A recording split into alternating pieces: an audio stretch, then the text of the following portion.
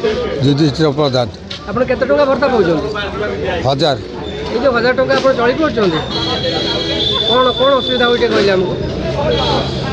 ଏଇ ଔଷଧ ପତ୍ର ଖାଇବା ନହେଲେ ନିଜ ଖର୍ଚ୍ଚ ତୁଲେଇବା। ସରକାର କହିଥିଲେ ଆପଣମାନଙ୍କୁ 3500 ଟଙ୍କା ଭତ୍ତା ଦେବା ପାଇଁ, ଏପର୍ଯ୍ୟନ୍ତ ଦେଉନାହାନ୍ତି। ଆପଣ କ'ଣ ସରକାରଙ୍କୁ ଦାବି ରଖିବେ? ଦେଲେ ଟିକେ ଆମେ ଟିକେ ଭଲ ଟିକେ ଚଳନ୍ତୁ କି ଇଏ କରନ୍ତୁ, ନିଜ ଔଷଧ ପତ୍ର ଖାଇବା କି ନିଜ ଯେଉଁ ଖର୍ଚ୍ଚ ବାର୍ଚ୍ଚ କରିବା ଇଏ ହୁଅନ୍ତା ଟିକେ। ଆଉ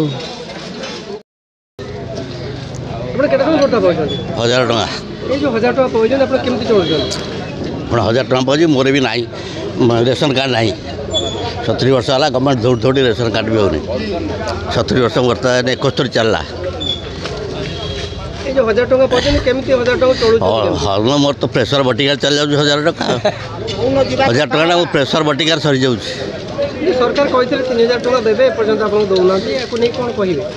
ସରକାର ଦେବା ପାଇଁ ପ୍ରତିଶ୍ରୁତି ଦେଇଥିଲେ, ଦେଲେନି। ଆଉ ତେଣୁ କ'ଣ ନିବେଦନ ସରକାରଙ୍କୁ କ'ଣ ଗୁହାରି କରିବେ? ନିବେଦନ କରିବୁ, ତାଙ୍କ କାମ ପାଇଁ ସେମାନେ ନିଜର ଗଭର୍ଣ୍ଣମେଣ୍ଟ ପାଇଁ ସେମାନେ ନିଜେ ଚାହୁଁଛନ୍ତି।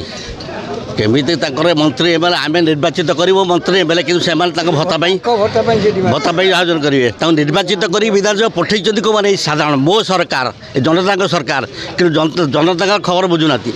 ଖାଲି ଡିକ୍ଲାର ହେଉଛି ଜନତାଙ୍କ ସରକାର, ଜନତାଙ୍କ ଖବର ବୁଝୁଛନ୍ତି ସେମାନେ। କ'ଣ ଆପଣ ଦାବି ରଖିବେ କ'ଣ?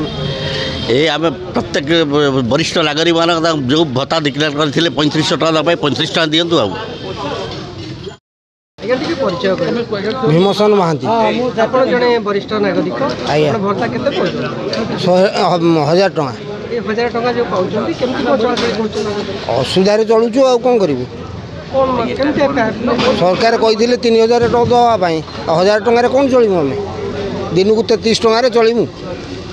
3000 ଟଙ୍କା ସରକାର କହିଥିଲେ, ବର୍ତ୍ତମାନ ସେ 5 ମାସ ବିତିଗଲାଣି, ଏପର୍ଯ୍ୟନ୍ତ ଦେଉନାହାନ୍ତି। ତାକୁ ନେଇକି ଆପଣ କ'ଣ କହିବେ? ସରକାରଙ୍କୁ କ'ଣ ଦାବି ରଖିବେ?